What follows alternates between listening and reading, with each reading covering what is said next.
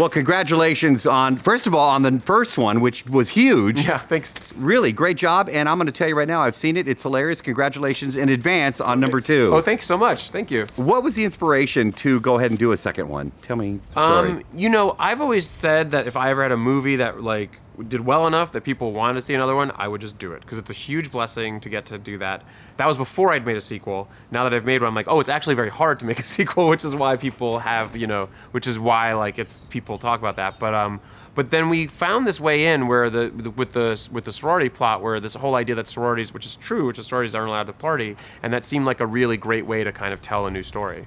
So that's true because you learned something seeing this movie. Yeah. I didn't know that. It's a PSA. Really? So this movie's a PSA, yeah. Okay, sure. Why not? Yeah. I didn't know that. What are the challenges though? You mentioned doing a sequel, but what are the challenges to actually doing, especially on a comedy? The big thing with a comedy sequel is that unlike like a Marvel movie or a superhero movie or an action movie, which can be serialized and you can tell a different premise, comedies exist based on their characters and the premise. So you have to repeat the premise. If you don't repeat some aspect of the premise, there's literally no reason for that movie to exist. And so we had to repeat the premise, like Nightmare Neighbors Move Next Door, but then that naturally leads to you repeating a lot of the same jokes. And so we wanted to make sure we told new jokes, a new story, and also told the kind of new evolution in these characters' lives. And so for me, weirdly a big inspiration were the Toy Story movies. So that's But true. we wanted to make a movie that was not nearly as dirty as the Toy Story movies. And so that was, my goal was to not be as disgusting and R-rated as the Toy Story. Exactly. Everybody, one of the challenges too is bringing everybody back. And it seemed like everybody was like, yeah, let's get on board with this. Yeah. I mean, it was, it's such an awesome cast. And the first one was really fun. And all the actors had a great time on the first one. And so it was fun, and that was for me, the big impetus was I just had a great time making the first one, so I wanted to do it again. What kind of research do you have to do to get the party scenes down? Because you nailed it. Thanks. May have gone to a few parties in my day. Do you tailgate? You were in Texas. Come on. Of course you tailgate. It's against the law if you don't tailgate. Right. My truck I bought so I could tailgate. Right. Do you have a cooler built into your truck? You know what? I drive a Honda Ridgeline, and the only reason I bought the truck is because there's a stop in the back. The guy looked at me. He's like, I know what's going to say on this one. And there's a plug that you pull, and you can drain ice.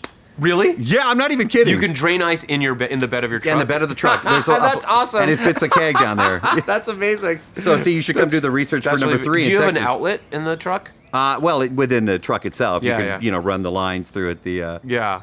What kind of beer do you like at a tailgate? Oh, I can't say that on TV. Oh, you're not allowed to say that? Bud Light. But what do you, wait a minute, We're just going to talk about tailgates now. I'm asking the question because we're at a tailgate now. Yeah. But what research did you do? We're at the most boring tailgate on earth.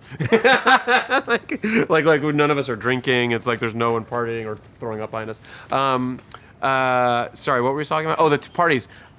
So for a year before this movie, I dressed up as a sorority girl and I went undercover at USC.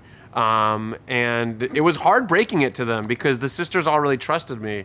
And I was Nicole, and it was a heartbreaking experience when I had to break it to them that I was actually a middle-aged man. I've been to a lot of parties. Parties don't change a lot, I feel like, and so there's that. And then I watched, a lot of the party research I did on the first movie actually helped me on this. When you're shooting a party, it's all about keeping the camera low. On the first movie we really did the nighttime party. We did 2 big nighttime parties that worked well, interior nighttime parties. And so in this one, from the very beginning, we were like, we need a daytime party, and that's why we did the tailgate. And it was kind of the opposite. On the first one, we had a lot of slow-mo in that party and a lot of, in this one, we actually did a thing where we kind of removed frames, so there's more of a jittery kind of feeling to the tailgate and a kind of like driving forward feeling to it. So yeah.